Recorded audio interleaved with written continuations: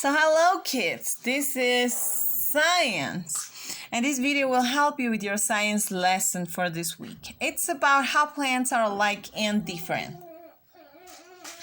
So how are plants like their parents? The first thing we need to learn is that animals have young that look and act like their parents. For instance, we see a giraffe and a baby giraffe here that share the same traits. They have the same marks on their bodies, same ears, same tails. And also these two here, they have the same fur. A mom and a cub. Well, for plants, it's the same. Yay! The way plants look or act is called a trait. And they also share some characteristics. And I mean young plants and parent plants. I wrote a Bible verse here that has to do with the lesson. It says, "My brothers and sisters, can a fig tree bear olives or a grapevine bear figs?" And it's in James 3:12. Well, this Bible verse has to do with our lesson, because if you have a fig tree and then you get the seeds from it and you plant it, you're not going to get olives. Or figs are not going to come, or you're not going to get figs from a grapevine. Same thing as if you have an apple tree, you're not going to get pears from it, right? And this Bible verse is telling us just that if we say that we have God in our hearts, good things will come out of our mouths. And we're going to say only great and good things, not evil things. Same as with plants, see? You have an apple seed, you're going to get an apple from it. So let's learn from James that if we say we have God in our hearts, good things should come out of our mouths.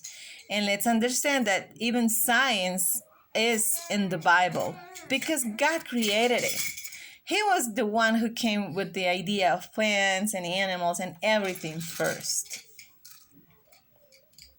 Now, how do plants survive in different places?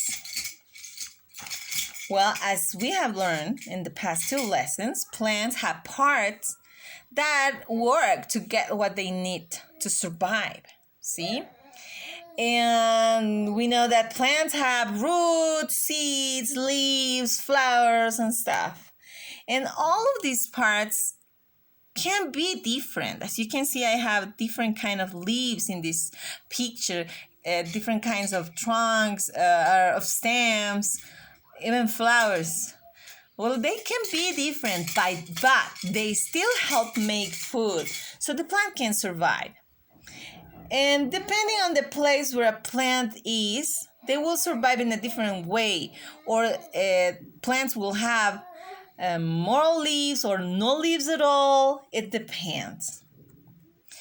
For instance, I have the picture of a banana tree here, and plants change to get what they need from the place where they live. Plants change to stay safe. This banana tree and other plants, they live in very wet places, and they have large leaves. That way they can get light in the thick, dark forest. And there are others that do different things to survive, adapting themselves to the place where they live. Okay? So the title of the lesson was How Plants Are Alike and Different. Well, they can be alike because they share traits. They all have leaves, flowers, petals, stems, roots, etc. But they can also be different depending on the place they live and how they adapt to the places to survive. They can be different. So alike and different. And this was a very, very nice lesson. I really enjoyed, and I hope you did too. Please read the pages in the science book and then go to Google Classroom and answer the questions we have there, okay, to see if you understood.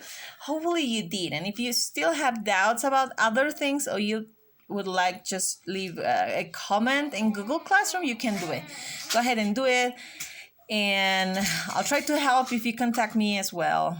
Have a good lesson. Have a good learning moment there, and enjoy the rest of the day. I always think on you, and I always pray for you guys. Bye.